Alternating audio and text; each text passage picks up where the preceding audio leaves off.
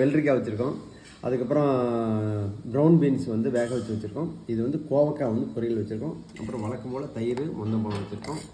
Plus இது வந்து பார்த்திங்கன்னா நேற்று மீதியான சோறு. இவ்வளோ சோறு மீதி ஆயிடுச்சுன்னு கேட்காதீங்க, கெஸ்ட்லாம் வந்ததுனால கொஞ்சம் நிறையா மீதி ஆயிடுச்சு. வழக்கமாக வந்து தண்ணி ஊற்றி தானே சாப்பிட்றோம் அப்படிங்கிறனால இன்றைக்கி வந்து தாளித்து வச்சுருக்கோம். ஸோ இதுதான் இன்றைக்கி நம்மளுடைய காலை உணவு. அப்புறம் வந்து நிறைய பேர் திருப்பி கேட்குறாங்க, நேரில் பார்க்குறப்ப கூட கேட்குறாங்க, எப்படி டெய்லி இத்தனை ஐட்டம் வந்து நீங்கள் செஞ்சிடுறீங்களா, செய்கிறதுக்கு டைம் இருக்கா அப்படிங்கிறாங்க. நிறைய தடவை உங்களுக்கு வந்து திருப்பி நாங்கள் சொல்லிட்டோம். என்ன அப்படின்னா, இது வந்து செய்கிறதெல்லாம் ஒரு பெரிய வேலையே கிடையாது. அதிகபட்சம் 1 மணி நேரம் நீங்கள் டைம் ஸ்பெண்ட் பண்ணிங்கன்னா போதும். அதே மாதிரி ஆண்கள்கிட்டையும் நிறைய பேர் இந்த தடவை சொல்லியிருக்கோம், நீங்கள் வந்து கொஞ்சம் சப்போர்ட் பண்ணுங்கள் மனைவிகளுக்கு, அப்போ தான் வந்து செய்ய முடியும் அப்படிங்கிறது.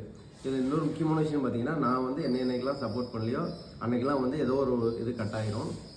அதனால் வந்து டெய்லி சப்போர்ட் பண்ணுறதுக்கு முயற்சி பண்ணுங்கள். அப்படி பண்ணினீங்கன்னா உங்களோட மனைவி வந்து கண்டிப்பாக அதை செஞ்சு கொடுப்பாங்க. ஓகே.